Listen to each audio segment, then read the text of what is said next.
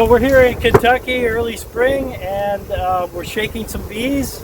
What we do is, you can see there's a queen excluder down here. We make sure the queen's safe down here, and then we'll shake some of the bees that come up and work on the brood into these packages, and we'll measure that out to be about 3 pounds. And these hives are just ready to swarm. There's a lot of drone brood in here, and it's that time of year. They're getting overcrowded, and so this is actually considered an artificial swarm. So in this box right here we have a queen and some of her attendants, and each one of these boxes we put a queen in with them, and also we'll put a can of syrup. So we just shook bees into these boxes now, and we want to make sure that we have 3 pounds of bees in each one. And so we measure it out, and we always put a little extra in, and that way it makes us easier to fill up any of them that are a little bit light. And we take these boxes that are considered now an artificial swarm. They have a new queen, 3 pounds of very young bees, and some feed for them during transit. And we're going to take these back to another bee yard where we're going to install them into their own hive. Okay, hello. So here we are. It's April 5th. We're in northern Kentucky, and we're installing about 100 packages that we just shook. Just down the road we have another bee yard with about 600 colonies in it, and we made, hold on,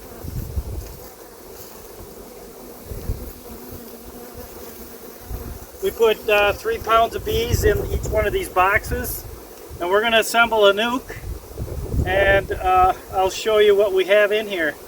We like to give them at least 3 frames of drawn comb, and of course a queen, and a feeder, and then we're going to come back in and put a pollen patty so that they get started, and the rest will be new foundation. So I'll put it in this one. Right here's our feeder. We have an open frame feeder, so we put, I just cut up those floaty tubes,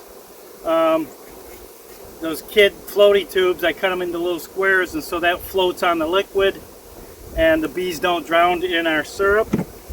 And I'm going to go get another frame with drawn comb, and then a frame with honey.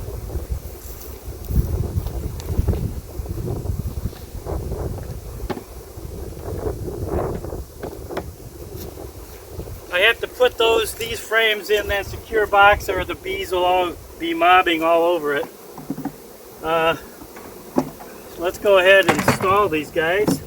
Before I install them though, I want to put the queen in, so when they crawl up the comb, they'll go to the queen.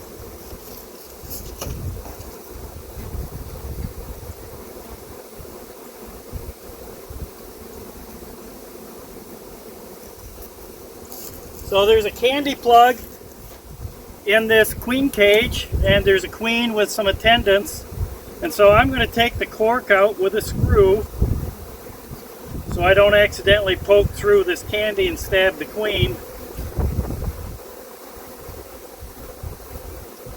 Pull it out, and since it's a nuke, I like to give them kind of a head start with the candy, and I'll auger out a little bit.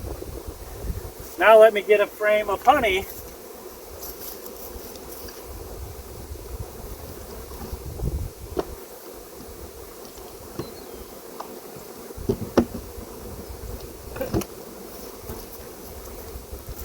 I'm going to put the queen right on this frame so the bees will come up and start feeding her. They'll be real eager because they know right away that they're queenless.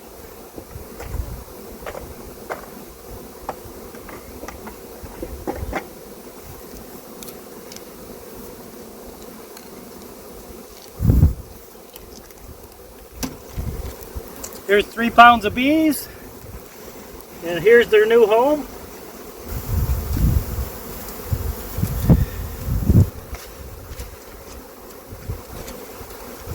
I like to set this out over to the side. They'll get called back to this spot by their sisters.